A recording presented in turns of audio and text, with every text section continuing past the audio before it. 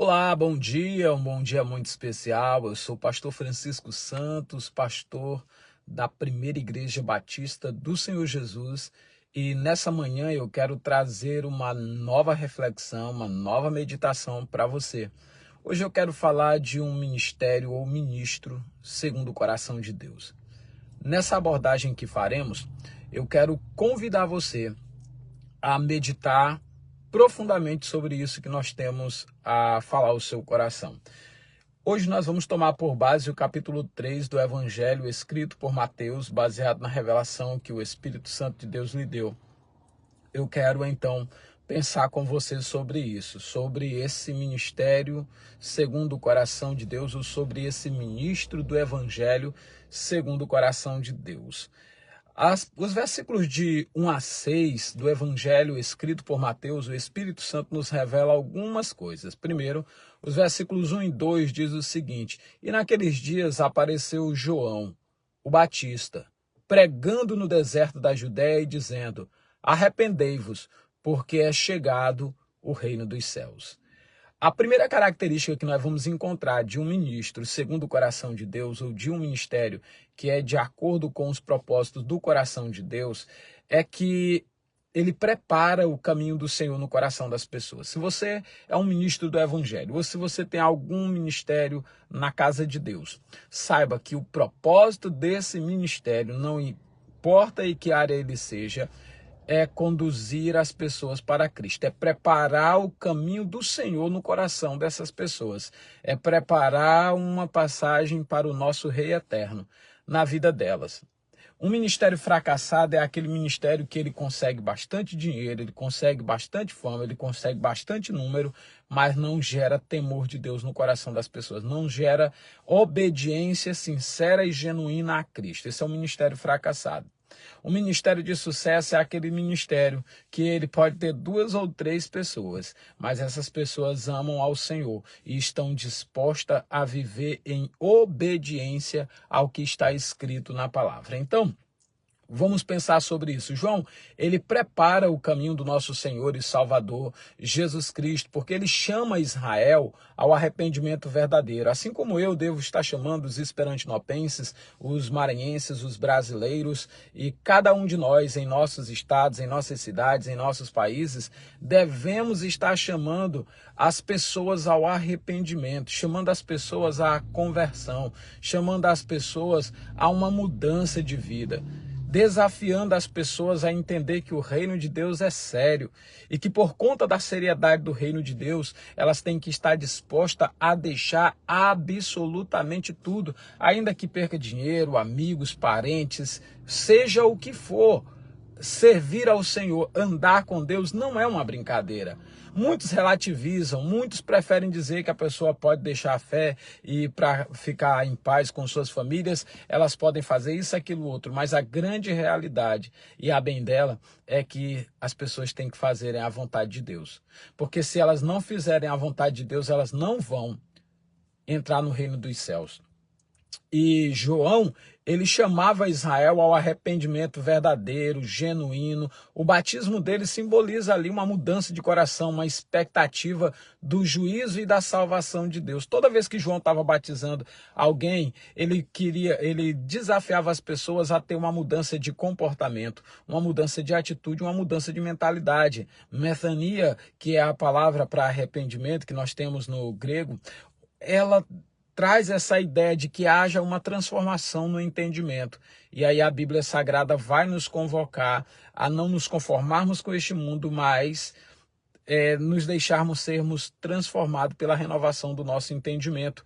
E é exatamente para esse propósito que nós chamamos você. Então, um ministério que agrada a Deus, ele chama as pessoas a ter uma mudança de consciência, mudança de consciência que vai mudar na sua maneira de viver, na sua maneira de ser, na sua maneira de vestir, na sua maneira de falar, na sua maneira de se comportar. Por quê? Porque é uma mudança de dentro para fora. Não é uma mudança do inside out, como costumam dizer os nossos irmãos americanos. Aqui a gente para observar algo lindo. O coração arrependido é a base para servir a Jesus Cristo com sinceridade. Não tem como servir a Jesus com sinceridade se não houver arrependimento nesse coração que diz que ama a Deus. E o reino não é para os orgulhosos ou rituais externos. Muito pelo contrário, o reino é para quem se humilha e para quem deseja a transformação. O reino de Deus, gente, ele não é para as pessoas ficarem se gloriando. Eu já vi, e tem muita infantilidade assim, algumas pessoas dizem, a minha igreja é isso, é aquilo, e tem isso, e tem aquilo, e tem aquilo, e tem aquilo outro.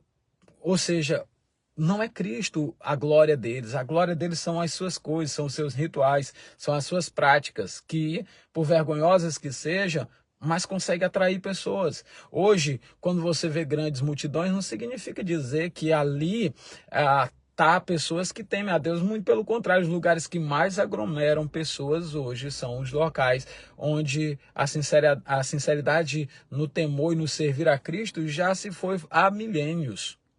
Então nós precisamos olhar aqui para as Escrituras e entender isso, que o ministério, segundo o coração de Deus, ele prepara o caminho de Cristo, ele prepara Cristo para ser o Senhor, a cabeça, o princípio, o meio e fim da razão da vida daquele novo discípulo. E é discípulo de Cristo, não é discípulo de denominações, é discípulo e seguidores fiéis do Cordeiro de Deus. A segunda característica de um ministério segundo o coração de Deus, ou de um ministro que vive segundo o coração de Deus, é que ele confronta os irreligiosos. Porque, veja, religioso, de acordo com as Escrituras, são exatamente aqueles que cumprem a religião que nós temos lá em Tiago 1:27. Aquelas pessoas que cuidam dos desvalidos, dos necessitados e se afastam das corrupções do tempo presente. Então João não teve confronto com religiosos, ele teve confronto foi com irreligiosos, ou seja, aqueles que resistiam à religião pura e imaculada para com Deus, o nosso Pai, que eram os escribas e fariseus. E nesse confronto com esse povo, ele sempre convocava eles a ter uma vida autêntica, um arrependimento genuíno. E a gente percebe isso nos versículos 7 e 8. 7, começando na parte B, o Espírito de Deus nos mostra por boca ou pelos escritos de Mateus ou por Mateus, dizendo o seguinte: raça de víboras, filhos de cobra, seria mais ou menos esse o sentido. Raça de víbora, quem vos ensinou a fugir da ira futura? Produzir, pois, frutos dignos de arrependimento. Quando olhamos para esse texto sagrado, um homem segundo o coração de Deus faz o que João fez aqui. João denuncia a hipocrisia dos fariseus e dos saduceus, que erroneamente muitos ministros do evangelho, até por não conhecer a palavra de Deus, conhece teologia, conhece jargões teológicos, esse tipo de coisa, mas não conhece a palavra de Deus. Hoje a gente vê muito dizendo, olha, o fariseu, o que era o fariseu, o que era o saduceu? Era um crente. Não, eles nunca foram crente. Fariseus e saduceu, quando se tornavam crente, deixava de ser fariseu, deixava de ser saduceu e se tornava discípulo de Jesus. E se tornava crente em Jesus Cristo. É diferente, mas bem diferente mesmo a coisa. Quando você olha aqui para o texto, o que nós estamos percebendo é que João confronta esses irreligiosos, esses falsos adoradores de Deus. Ele chega ali e diz para eles que eles eram raça de víbora, que estavam apenas tentando fugir da ira vindoura, criando uma maquiagem, uma aparência. Quantas pessoas hoje estão entulhando as nossas igrejas? Eu falo de igrejas evangélicas, estão aos montes, que não vão entrar no reino dos céus. Por quê? Porque eles não servem a Cristo, eles não andam com Cristo, eles estão andando com sistemas, eles estão andando com denominações, mas nunca produziram frutos dignos de arrependimento. Não é frutos para dar uma satisfação externa, não é para dar uma satisfação para o público, que nós não precisamos estar preocupados com o público, se agrada ou desagrada quem está lá fora. A nossa preocupação é andar em obediência a Cristo, porque no reino dos céus só vai entrar aqueles que fazem a vontade do nosso Pai que está nos céus. Por isso é que em mim e em você tem que ser achado pessoas que realmente amam fazer a vontade do Pai que está no céu. E João afirma que o arrependimento verdadeiro gera frutos visíveis. Não tem essa questão da pessoa dizer que ela se converteu, mas a vida dela continua igual lá no mundo. Só continua no mundo porque não teve conversão. Porque há mudanças e essas mudanças têm que ser visíveis. E o que o Messias, o Mashiach que Deus prometeu, que Deus prometeu enviar, ele trará julgamento e purificação. Porque, olha, gente, o que será o juízo final? É o apartar dos crentes dos descrentes, dos que servem a Deus, dos que não servem a Deus. O juízo final é só pegar os impuros e lançá-los no inferno e, por consequência, no lago de fogo. E também vai ser o momento em que vai tirar os que são do Senhor, que estão aqui nesse mundo mau e perverso, e levar para um novo lar, para uma nova terra, onde habita a justiça, que o Senhor tem preparado para nós nos céus. E quando você olha para a palavra de Deus, a gente vai aprender com uma série de coisas. A primeira é que servir a Jesus com prazer, isso exige que a gente tenha um coração íntegro. Um coração disposto a se entregar completamente ao Senhor e não apenas com aquela aparência que os falsos religiosos, porque quem é religioso está ligado com Deus. Quem é irreligioso está resistindo o apartar-se do mundo. E esse conceito pervertido de religião que as pessoas têm hoje, não é por outra coisa não, já mostra exatamente isso, o alinhamento com o mundo e o desalinhar com a palavra de Deus, porque um dos ministérios que nós temos, de acordo com a palavra de Deus, é o ministério da reconciliação, da religação, e religar, ou reconciliar, significa literalmente religião. Então, quando a gente olha para a palavra de Deus, a gente percebe claramente que não é uma vida de aparência, tem que ser uma vida espiritual, uma vida de fato e verdade, uma vida andando no temor de Deus. E o fogo purificador do Espírito Santo vai transformar o interior dessa pessoa, não apenas a conduta externa ou aparente que essas pessoas têm. Hoje nós temos muita gente fina, de boa aparência, gente que tem os conceitos mais elevados. Olha, eu conheço cada abominação. Eu conheço um mensageiro de Satanás que ele dirige, não é, as nossas instituições e parece assim uma pessoa, sabe, sensata, uma voz mansa, uma voz doce, uma voz tranquila, e todo mundo sabe que é uma pessoa que não tem temor de Deus, que é talvez a melhor figura da personificação de Satanás no nosso meio hoje.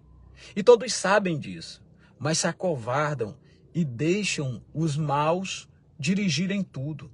E aí o reino de Deus vai ficando com cara do inferno, vai ficando com cara das portas do inferno. E aí dá aquela sensação de que realmente as portas do inferno prevaleceu contra a igreja. Porque quem luta por santidade é o inimigo. E quem luta pelo mal e defende o que não presta, ganha os melhores postos, sabe? E aí por isso que a palavra de Deus diz que as coisas que são elevadas diante dos homens são abominação aos olhos de Deus.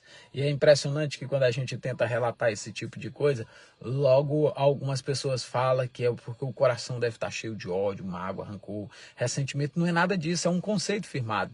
Sabe, é igual esses novos modelos de família, que só no inferno não existe como a gente olhar para novos modelos de família, pelo menos na forma como as pessoas estão colocando aí. Modelo de família para o cristão é o que tem na palavra. Qualquer modelo que se proponha a ser modelo, não é modelo, é semente maligna de destruição satânica. E nós não podemos nos deixar levar por essas falsas definições. E aí vem uma das coisas que o ministro segundo do coração de Deus ele faz é acreditar que há necessidade de confrontar os falsos mestres, falsos religiosos, para que haja uma autenticidade, um arrependimento autêntico na vida daqueles seguidores de Deus que estão se chegando ao caminho, que estão se chegando à comunidade dos discípulos de Jesus Cristo, que estão espalhadas por toda a nação, por toda a nossa nação. E por fim, gente, um ministro segundo o coração de Deus, ou um ministério que tem essa essência dos ensinos segundo o coração de Deus, a gente olha o que percebemos no batismo de Jesus, que é o momento da revelação do Filho de Deus.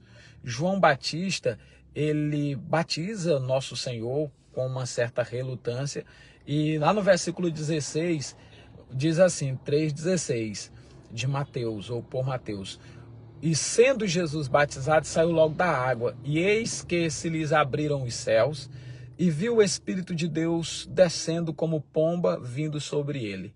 que a gente aprende aqui? O verso 17 também diz, ó, e eis que uma voz do céu dizia, este é o meu filho amado em quem me comprazo.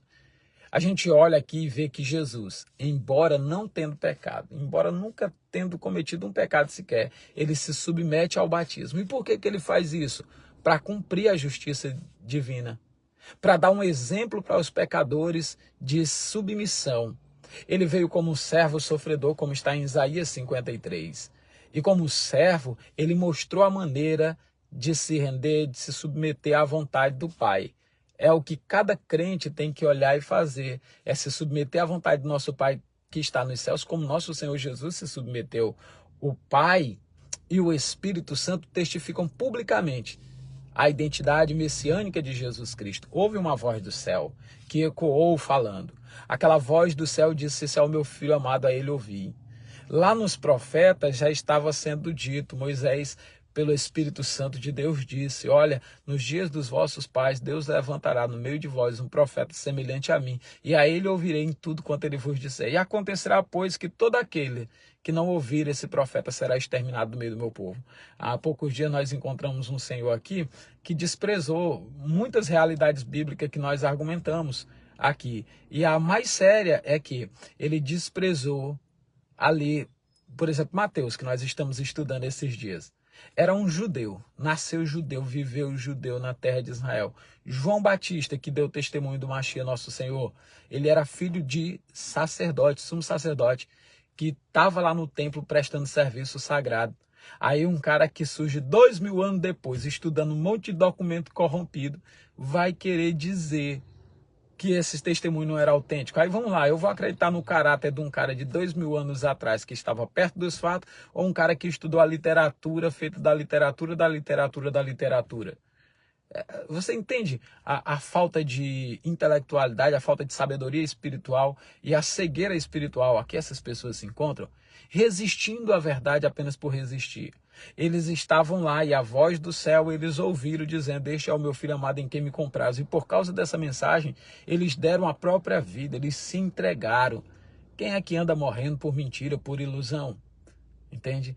Mas eles lá voluntariamente, não só foi um, dois ou três, foram várias pessoas, centenas de pessoas no primeiro século que deram a sua vida por causa da mensagem que receberam originalmente do nosso Senhor e Salvador Jesus Cristo, o Messias de Nazaré, que se submeteu à vontade do Pai e que fez a vontade do Pai. E quando a gente olha para as Escrituras, o que nós percebemos é que nós servimos a um Salvador que se humilhou por nós, foi obediente até a morte e morte de cruz. E o prazer de servir a Jesus cresce à medida que nós compreendemos a sua obediência, sua humildade, o amor ao Pai que ele se submeteu.